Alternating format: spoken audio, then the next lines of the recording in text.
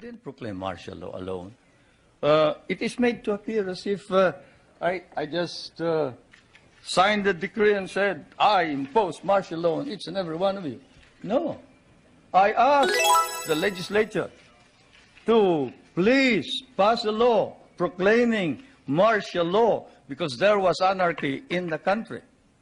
Now, let me say this. The opposition was strong.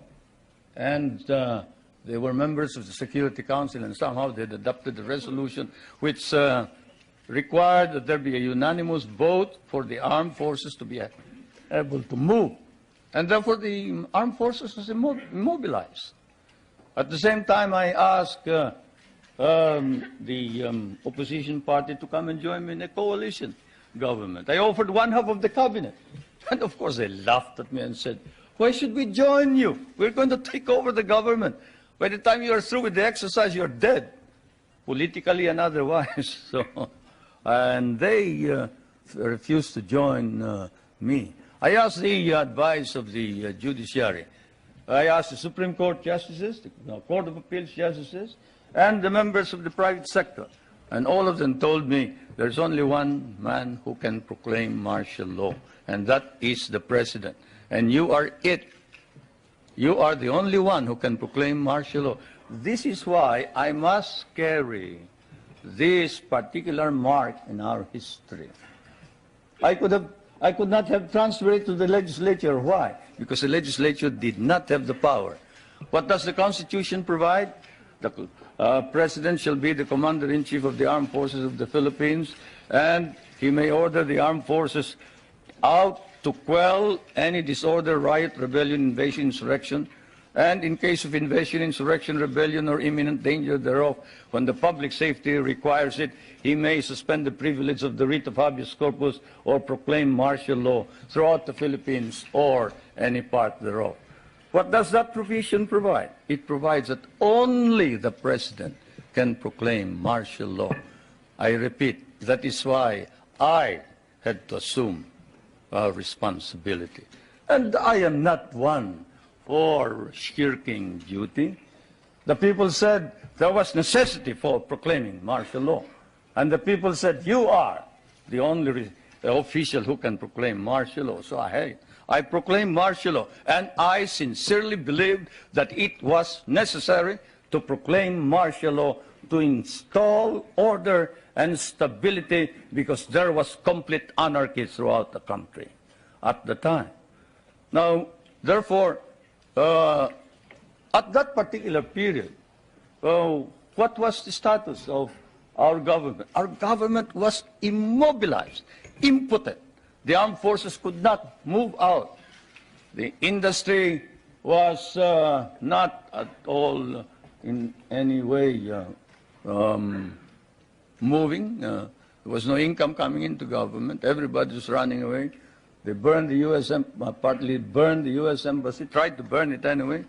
They tried to kidnap the American ambassador. American ambassador was Ambassador Byroad. And they tried to kidnap our foreign minister, Romulo, whom you just saw today. And I told him, you better disappear because I will not ransom you.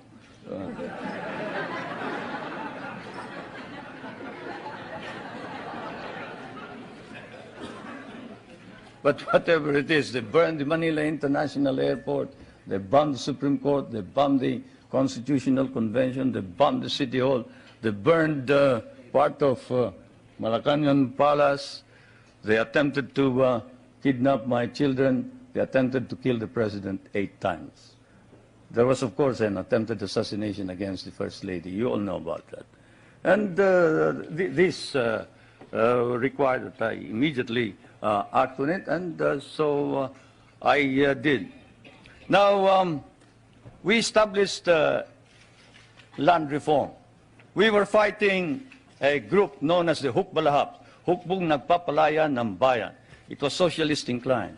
It was leftist. But they were friends of mine because we had fought in the Second World War together. And so I approached them and I said, look, I'm going to establish land reform.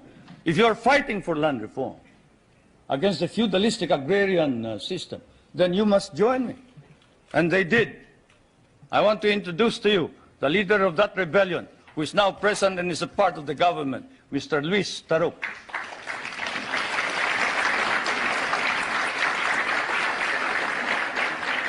He is a member of the National Assembly. One reason why he ran to the hills, according to him, was he was elected as a member of the old legislature and he was not recognized as such. He and the others.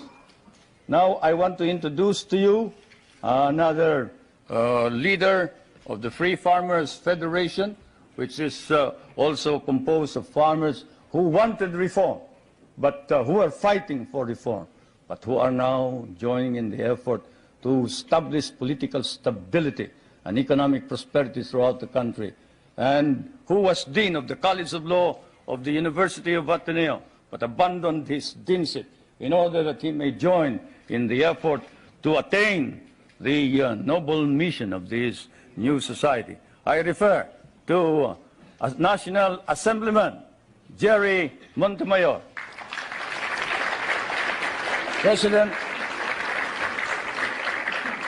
President of the Federation of Free Farmers of the Philippines.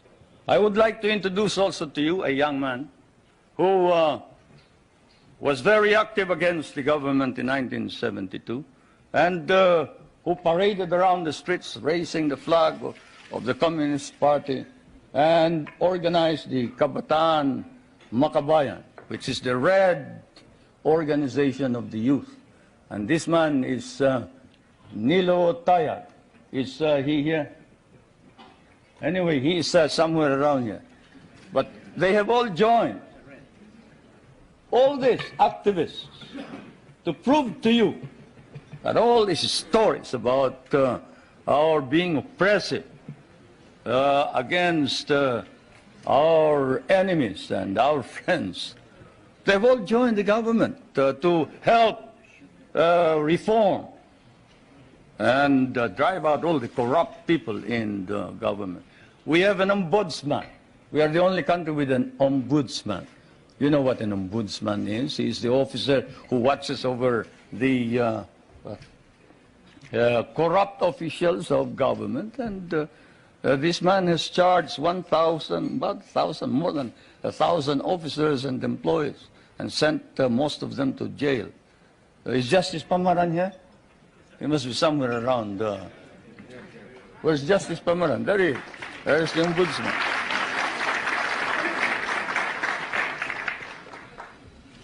And we have not deprived anybody of private property. On the contrary, while we are a free enterprise society, we have an egalitarian base.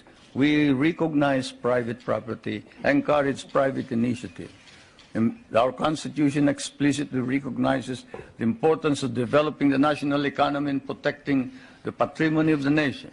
In line with this, a National Economic and Development Authority has been created for the purpose of planning and coordinating economic development plans. I chair that Economic Development Commissioner. Now, I did not come all the way here to recite these basic facts to you, but it is best that we wrote this at once they form an important background of understanding the developments in my country. Relations between the United States and the Philippines now span, I'd say 84 years if you mark the Battle of Manila Bay, 184 years perhaps if you mark the brig Salem, from Salem, which when it returned to Salem brought back hides, indigo, lumber, pepper, and paid 24,000 in tariff duties. Many things don't change, not even tariff duties. Anyway, the trade between our countries is covered by a trade agreement. The military and security matters are covered by 3 agreements.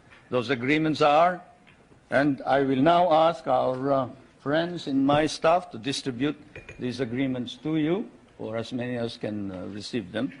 These agreements are the Mutual Defense Pact, the military assistance agreement and the military facilities agreement, which is due for review this coming year.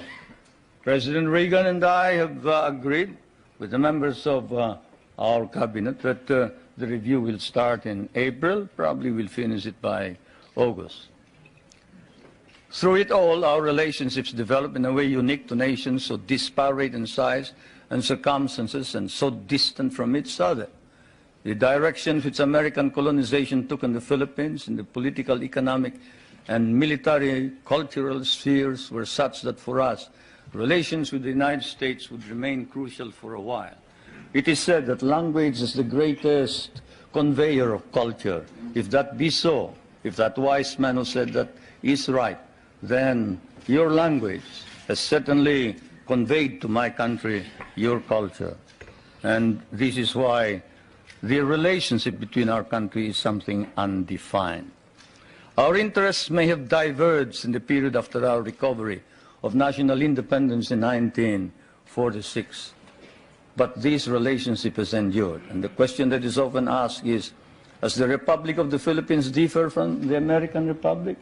Yes and no. It doesn't differ in the sense that it is democratic, but it differs in the sense that we have a prime minister, and in the sense that we try and make the legislature and the president or the executive work together. We cannot afford any stalemates. We cannot afford any delays.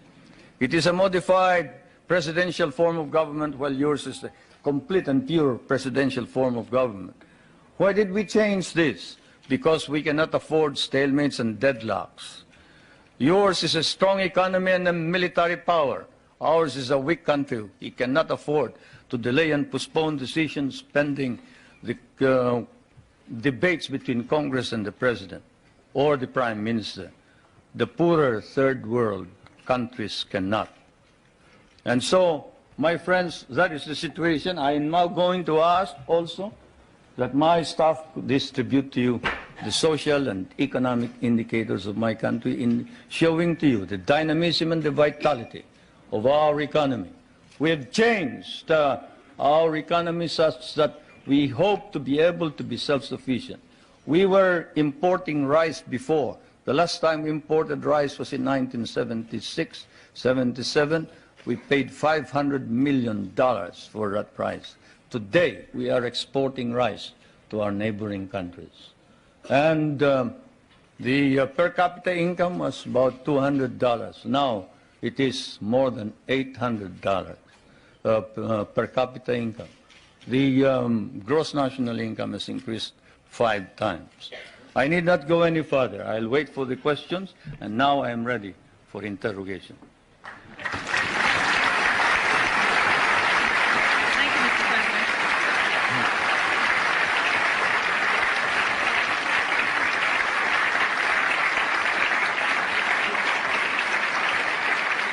Thank you, Mr. President. Please give us details on your meeting with President Reagan. Did you seek any firm commitments? Did you get them? Well, a firm commitment as to when we are going to review the basis, yes. A firm commitment that a mechanism be set for the study of our economic problems, yes. Because, as you know, the reason we have a deficit in our balance of payments is the commodity prices went down because of your domestic deflationary policies, your interest rates. But all of this can be worked out, and so it has been agreed. Secretary Reagan of the Treasury is going to meet with our foreign minister, who is also prime minister, regularly. The next meeting is next November, I think. So we have worked that out. The national security matters will be worked out by the defense minister. The 2 defense ministers are also meeting in November. Those are the specific ones. We have also entered into a tax agreement and air agreement. This afternoon, tomorrow, there will be some kind of agricultural agreement. As you know, we have one of the most modern and biggest concentration of agricultural and natural scientists in Asia. This is in Los Baños, the University of the Philippines. And we have biogenetics, we have plant engineering, we have, name it. You remember that the International Rice and Research Institute is based there, and that it was the one that produced the new type of rice which produced the rice green revolution. And we help your scientists produce the corn that can fight mildew. When your scientists could not produce it, we did. That center is going to be developed. We are also hoping to be able to exchange technology on non-conventional energy and other matters. It has been reported that your government will seek $2 billion in rent from the U.S. for the Philippine bases. Is this an accurate report? No, it is not. We have never talked about figures. Louder and clearer. We can understand the question. The question was, is it correct that we have demanded $2 billion in the rent? The answer is no. We haven't quoted any figure. What we have asked is this. We want a study. What is it that is necessary in order that we can perform our job? You and I know that if the Philippines is attacked, the United States is not necessarily bound to immediately react, because the provision of the Mutual Defense Pact is that you will immediately take steps as is necessary to meet the contingency in accordance with your constitutional processes. What does that mean? That means that you go to the Senate and the House of Representatives. What does that mean? That means delay while we are dying there.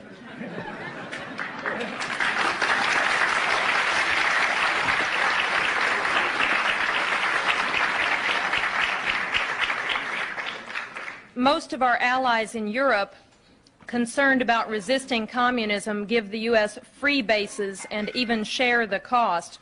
Why shouldn't we expect the same kind of cooperation from the Philippines instead of demands for more rent?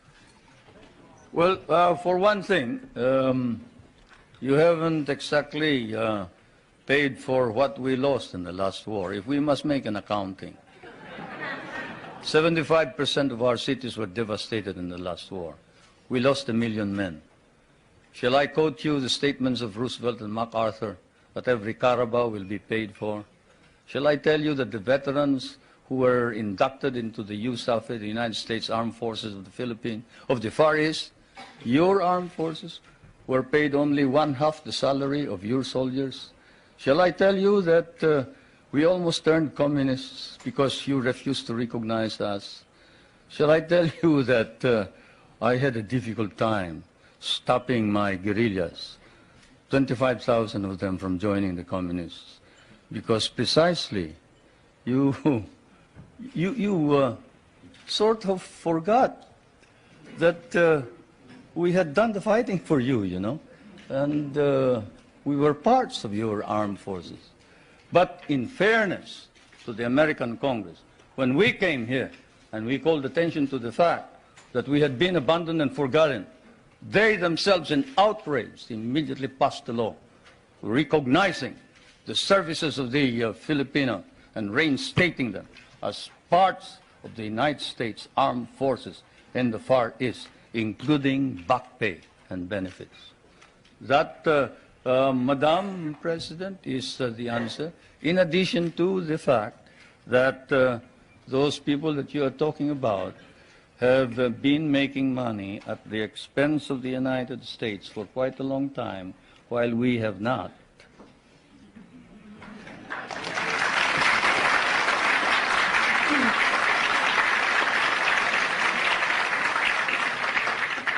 After the attack on Pearl Harbor, U.S. bases in the Philippines could not be defended. Why should we expect that in another war these bases would be more reliable? That's one of the questions that I wanted to find out.